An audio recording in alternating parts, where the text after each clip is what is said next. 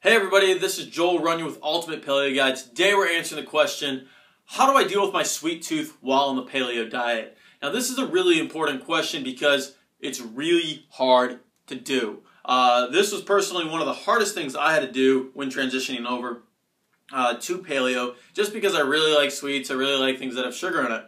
And if you're anything like me, when you have to cut out all processed foods and all sugar, it's a little bit tough, right? And so there's a couple strategies that I learned that I wanted to share and how to deal with this that I think will help you, and I think are going to go a long way. So the first strategy is to throw out any sweet food in your house.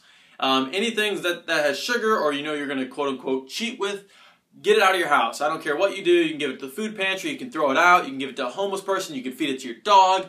Just get out of your house. If it's in your house, you're going to eat it eventually. And then you're probably going to feel bad about it because you feel like you cheated or whatever. And so the best way to deal with that is just to not have it in your house in the first place. Get it out, get rid of it.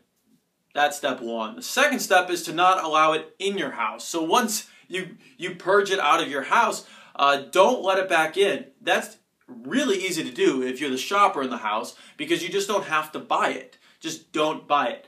We have a strategy called donut shopping that we've shared where basically if you stay around the outside edges of your supermarket, you avoid tons of sweets, tons of processed foods, and you basically only get to see foods that are paleo. So I'll have a link to that post below. It's called donut shopping. But that's another way that you can just kind of continue that streak of not even having that temptation, in front of you.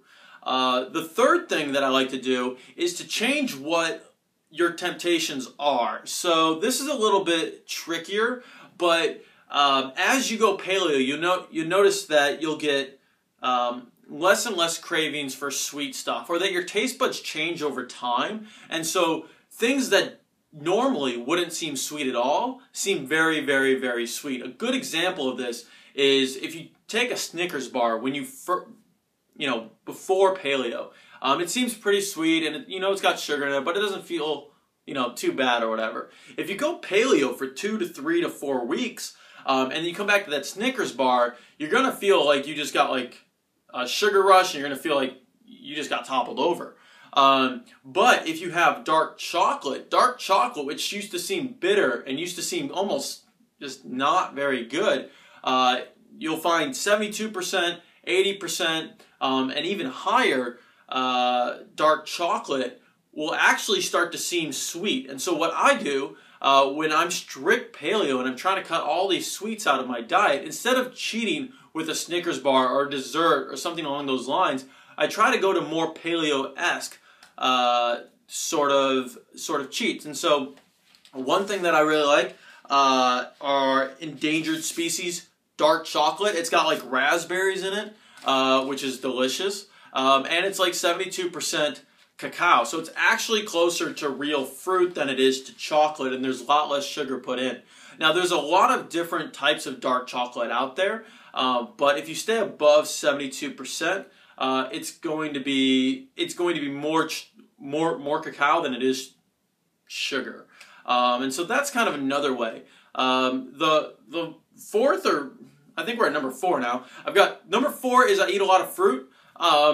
Berries, blackberries, raspberries, blueberries, strawberries. I love them. I try to eat those if I do have a sugar rush or a sugar craving, because those, while they have a lot of sugar, are not nearly as bad for you as having, a whole thing of pie or, a big old thing of ice cream or whatever it is that is your vice. So that's the other thing I do. And the last thing that I do, if I absolutely must cheat or I absolutely give in to these cravings, because it does happen and nobody is perfect, is that I purposely limit the amount of time that I'm going to allow myself to cheat. So if I do cheat, or if I do have an event where I'm like, you know what, okay, well I'm having that piece of cake, or I'm at my nephew's birthday party, I'm going to have his cake, or one of those events, is I purposely limit the amount of time that I'm going to allow myself to do that. So if I do that, it's only going to be for one day, and I don't let myself to do that multiple days in a row. And by doing that, you make it an isolated exception, and you don't let it become a habit of, oh, well, I just had one the other day, and now I'm having one today, and I'll probably have one tomorrow. You just make it a one-time thing. So that's it. Get rid of the food that's going to be tempting your house. Don't let it back in. Try to transition to dark chocolate. You'll actually find it's a much more sophisticated taste once you get used to it. It's sort of like wine in that aspect. Berries, really low glycemic fruit like berries, blackberries, strawberries, raspberries are all delicious and really good for you, and it will sort of help with that sweet tooth. And then the last thing is, if you do cheat, limit the amount of time you're going to cheat, and limit the amount of damage you can do, if you will.